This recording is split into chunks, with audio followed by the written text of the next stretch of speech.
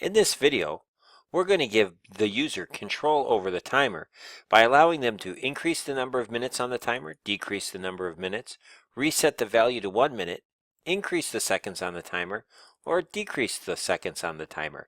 By the way, this right here is called an emulator, and this is a virtual phone running on my computer, and it allows me to demo the code that you can see on your phone, but I have it running in this fancy emulator known as Genymotion. By the way, this is free if you wanted to use something like this at home to emulate your MIT App Inventor.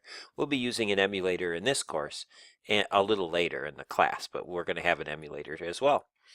All right, first, let's do some just simple event-driven programming.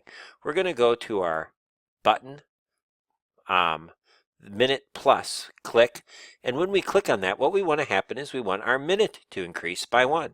So I'm going to code that out by using a setter. I'm going to get the set block, and I'm going to take the minutes, and I want to set that to be 1 minute larger than the current minutes. So I'm going to get a plus block. Sorry, that's an equals block. I want a plus block, and I want it to be plus 1, and I want it to be plus 1 of the current number of minutes. So I'm going to use a getter to get the current number of minutes.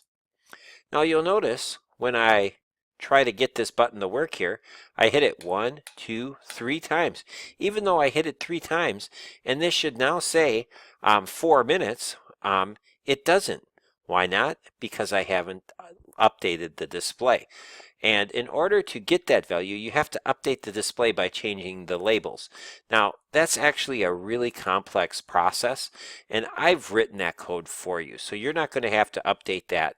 There are some complications and some complexities with that. So I wrote it for you, and you're going to just use my procedure called update display that you downloaded in the template when you downloaded the template for this app. And you'll see now it should work perfectly. When I push plus 1, it's going to go plus 1. Now you'll notice it jumped to 5. That's because we pushed this button before and the variable was set at 4, and then when we press it again it set it to 5 and then update display. But let's see if it works now. 6, 7, 8, it's working perfectly.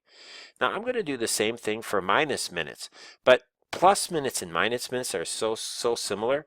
I'm going to use that power click where I can duplicate a whole block of code. I'm going to duplicate that whole block of code, and while at first it gives me an error, I'm just going to change this to be the minute minus button instead of the minute plus button. And right now I don't want it to add at this minus, I want it to subtract. So I'm going to move this block out of the way because I can scavenge it for parts. And I'm going to go over to the minus block, which is right next to the addition block. And I'm going to minus 1. And I'm going to use that get global minutes. So the minus button is going to take the current minutes and subtract 1 from it. It's going to reset minutes to global minutes minus 1. And then it's going to update the display. Let's see if that works. When I push this button, it should say 7 if it's working properly. Perfect. 7, 6, 5, 4, 3, 2, 1. And what's really cool is you see I've written some code that prevents it from going under a minute. However, it will keep going to 61 minutes, 62. There is nothing for hours in this current version of the app. So as I plus, that's still working. Minus is working, but I can't go into the negative minutes. The program is coded in such a way to prevent you from doing that.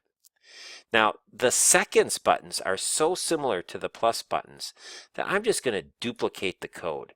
And I'm going to take this code, and instead of minutes plus, I'm going to turn it to the seconds plus button.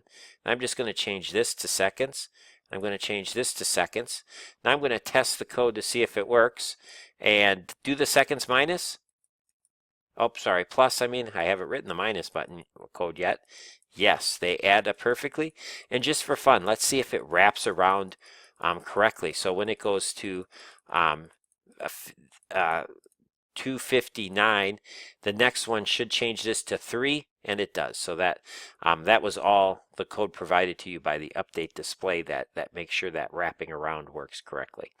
Now, the next thing I'm going to do, because this seconds plus is so similar to the seconds minus, I'm going to duplicate it, but I'm going to duplicate this one instead because it already has the minus button. It's less repeating or moving of blocks around. So I'm just going to borrow that one. And I'm going to say instead of minutes, it's seconds minus. And instead of minutes, it's seconds. Instead of minutes, it's seconds. Okay, all of them are correct. Let's see how this works. Does the plus still work? Yes. Does the minute work? Yes. And look at how it wraps around nicely too. It goes to 250 and wraps up to 3. This is all working perfectly. Everything looks really good.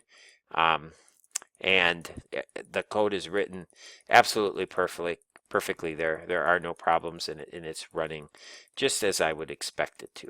And everything is going fine. That wraparound is kind of interesting, but certainly doesn't hurt anything. So we're going to leave all that there, and it's all running exactly as we would expect it to run. So that's perfect. Now the next button I want to program is the reset at 1 minute button. What I want to happen when I push this button is I want it to say 100 minute. So that's actually not too hard. The way we're going to do that is we're going to find the button reset, and we're going to say when the button reset is clicked, we're going to change it so that the we're going to get a setter, and we're going to set the minute to 1, and we're going to set the second to 0. And I'm just going to steal that 1 block and turn it into a 0 block. And now let's see if that works. When I push on the button reset, does it reset? Oh shoot, what did I forget to do again? I keep forgetting to do this. Don't forget to add the update display procedure in there. And now let's see if it works. Perfectly. Set to 1 minute. I can mess it up all I want. When I push the button reset to 1 minute, it changes it to 1 minute. Perfect.